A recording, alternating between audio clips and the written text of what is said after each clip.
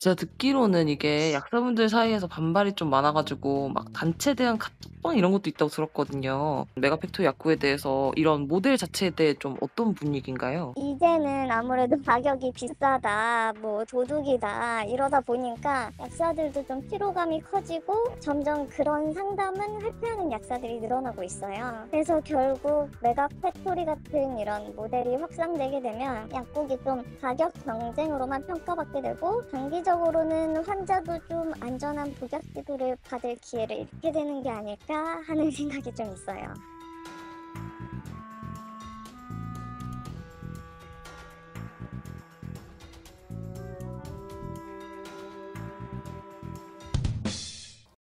대표님 안녕하세요. 안녕하세요. 오랜만에 뵙습니다. 오늘 어떤 일로 여기 오셨나요? 6월쯤부터인가 제 인스타그램 피드에 팩토리 약국이라는 게 광고가 엄청 많이 뜨기 시작하는 거예요. 그래서 이게 뭘까 하고 좀 궁금하던 찰나에 최근에 좀 약사 지인분들께서 이게 합법이 맞냐, 이렇게 운영을 해도 되는 거냐, 이런 질의를 좀 여러분께서 주셔가지고 이게 어떻게 운영되는지 제가 한번 직접 보고 판단해 드리는 게 맞겠다 싶어가지고 오늘 한번 찾아오게 됐습니다. 근데 초반에 여기 오픈하고 나서 현수막 이슈가 좀 있지 않았나요? 맞아요. 저기 제가 알기로는 창고형 약국하고 5개 광고물이 붙었었는데, 창고형 약국이라는 이름으로 광고를 걸면 이게 문제의 소지가 있다라고 해서, 약국 광고 같은 경우에는 2000년대 전에는 약국을 어떻게 광고를 할 수 있는지가 정해져 있었어요, 법에. 근데 이게 좀 과한 규제다 해서 2000년대 초반쯤에 이런 거를 하지 말아라, 근데 그게 아니면 해도 된다, 이렇게 바뀌었는데, 그 하지 말아라라고 하는 것 중에 허위 과장된 광고로 소비자를 유인하거나 하는 행위를 하지 말라는 그런 조항이 있어요. 모호한 조항이잖아요. 어떤 게 그런 행위에 해당하는지가 잘 규정이 돼 있지가 않아서, 보건복지부 입장에서는 창고형 약국이라든지 마트형 약국이라는 이름으로 광고를 하게 되면 자칫 이제 소비자를 유인하거나 이제 허위 과장된 광고를 비춰질 소지가 있다라고 해서, 최근에 보건복지부 장관 같은 경우에도 이제 이런 표현을 써도 되는지 한번 검토를 해보겠다라고 해서, 그것도 살짝 소소한 반향을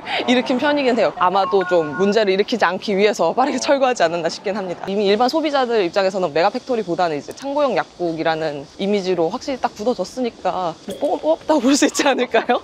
근데 오늘 평일 오픈런인데 생각보다 사람이 많지도 않네요. 그러게요. 저는 막 주말에는 주차 대기줄이 40분씩도 걸린다 그래서 일부러 평일에 아침에 10시 딱 이렇게 차 맞춰가지고 왔는데, 저는 사실 근데 확실히 약이 많기는 많네요. 이렇게 쌓여져가지고 파는 형태는 못 본 것 같은데, 근데 다들 어떻게 여기서 이렇게 찾아가지고 구매를 하시는지 모르겠네요. 여기는 건기식이네요. 건기식 섹션이 아예 있고, 여기가 약 섹션이고.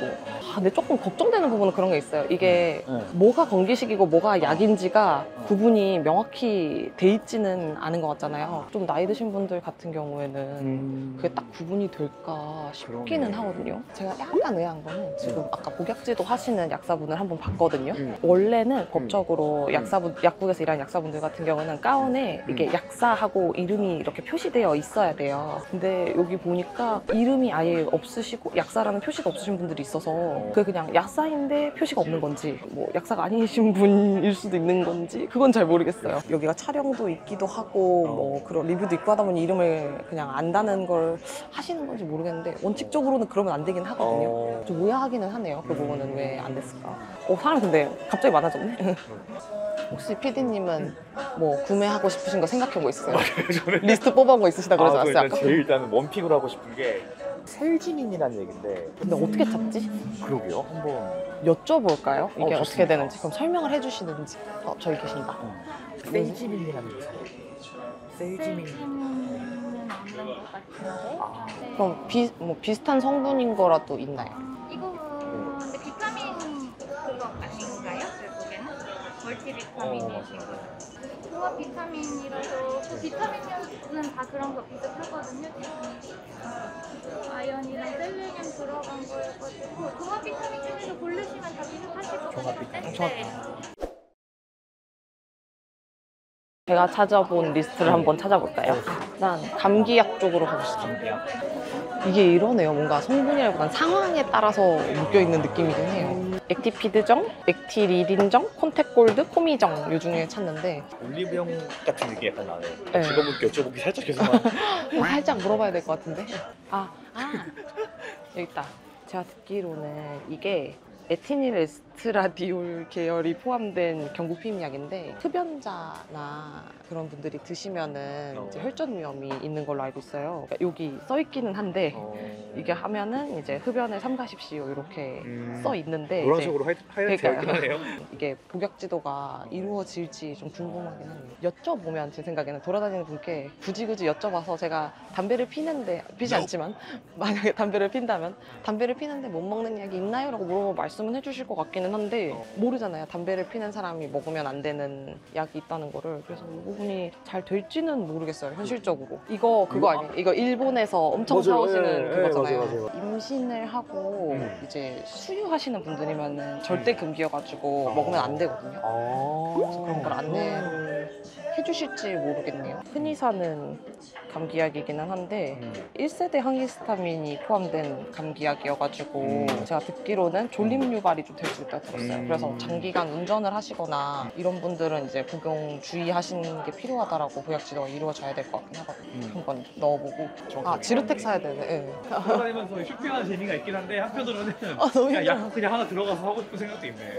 저 혹시 지르텍은 어느 쪽에 있어요? 지르텍 저희가 지르텍은 없고 아, 없나요? 성분 알러지하고 알러지 아, 네, 감사합니다. 금속 뭐가 지르텍이랑 같은 성분인지 말씀을 해주시면 저는 알 수가 없어요. 저 혹시 그럼 지르텍이랑 성분이 같은 건 어떤 거예요?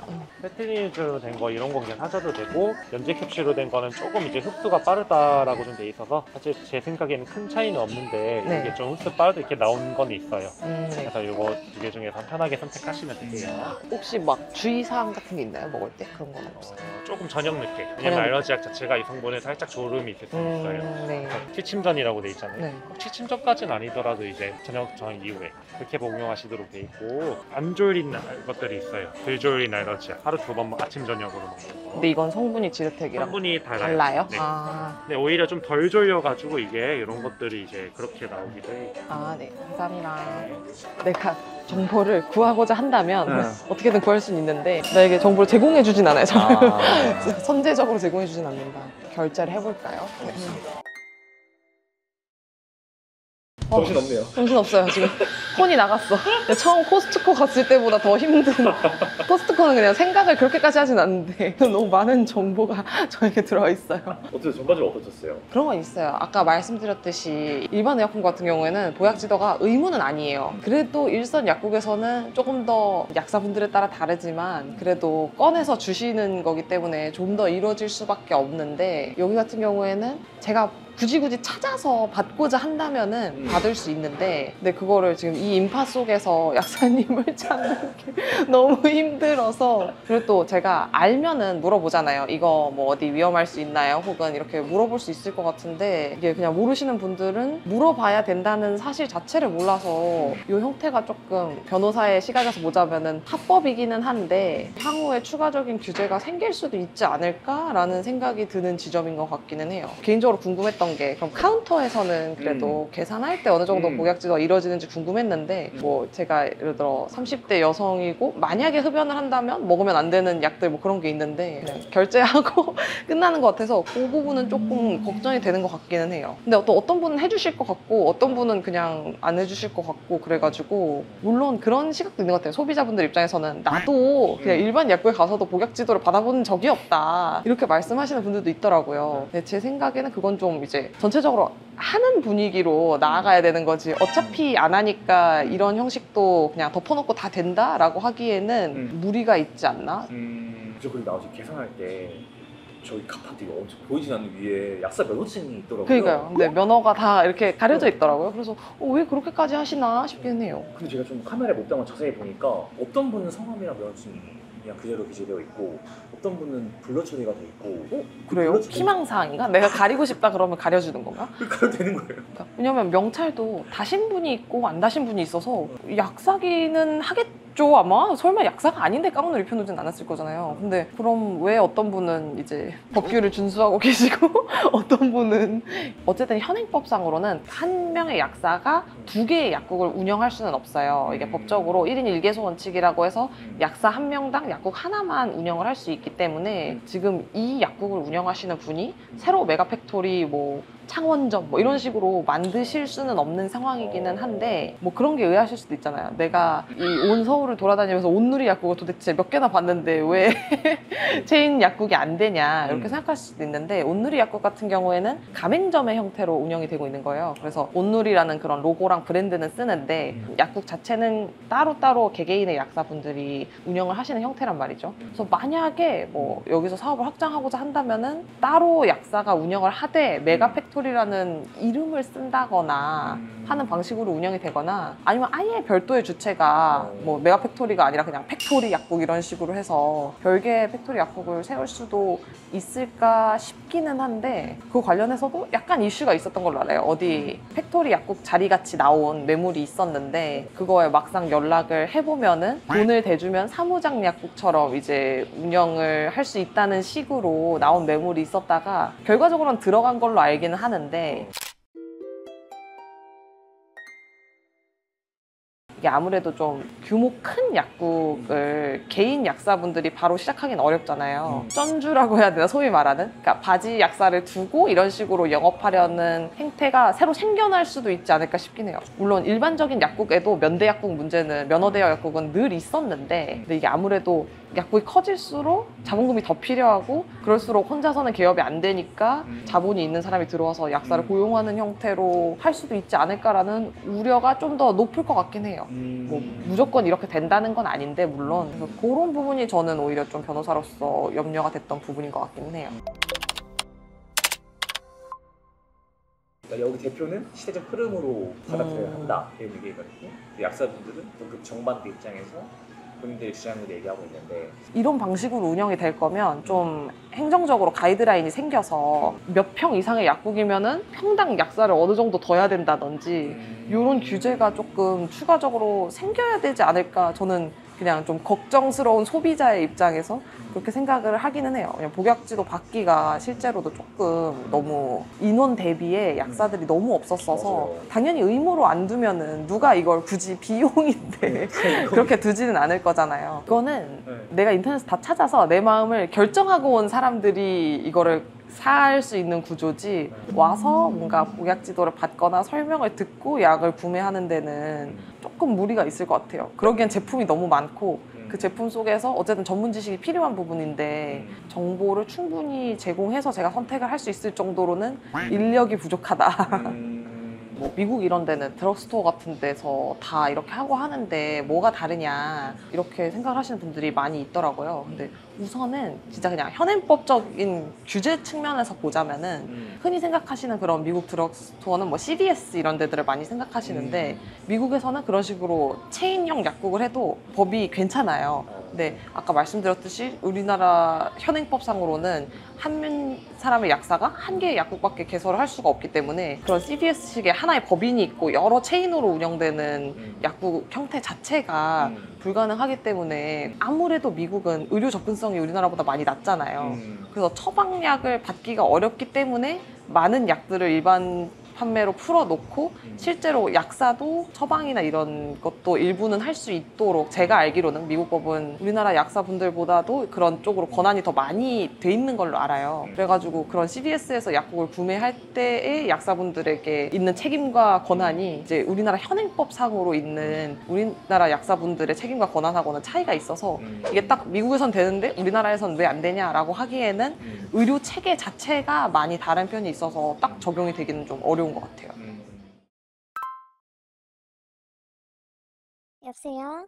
여보세요. 안녕하세요. 안녕하세요. 일단은 저는 이거 SNS에서 광고 같은 걸로 좀 많이 접했는데, 소비자들 입장에서는 이게 가격이 좀 경쟁력이 좋다 이런 평이 많더라고요. 저렴한 가격에 의약품을 구매할 수 있다는 건 분명 장점이고요. 사실 가격만 보면 오히려 종로에 있는 대형 약국들이 팩토리 약국보다 더 싸게 파는 경우도 있어요. 진짜요? 다만 이제 약사 입장에서는 약국이 단순히 가격만으로 비교되는 곳 이렇게 전락할 수 있다는 우려가 있거든요. 의약품 같은 경우에는 단순히 이제 사고 파는 소비재라고 보기보다는 복약 지도가 필요한 특수한 품목이잖아요. 가격만을 중시하는 분위기가 확대된다면 약사의 전문성이 약화되고 장기적으로는 국민 건강에도 좀 부정적인 영향을 줄 수 있다는 점이 좀 문제라고 보고 있어요. 제가 듣기로는 이게 약사분들 사이에서 반발이 좀 많아가지고 막 단체 대응 카톡방 이런 것도 있다고 들었거든요. 메가팩토리 약국에 대해서 이런 모델 자체에 대해 좀 어떤 분위기인가요? 네, 실제로 많은 약사님들 사이에서 의견이 좀 분분한데 대부분이 이제 뭐 이런 모델이 시장을 왜곡할 수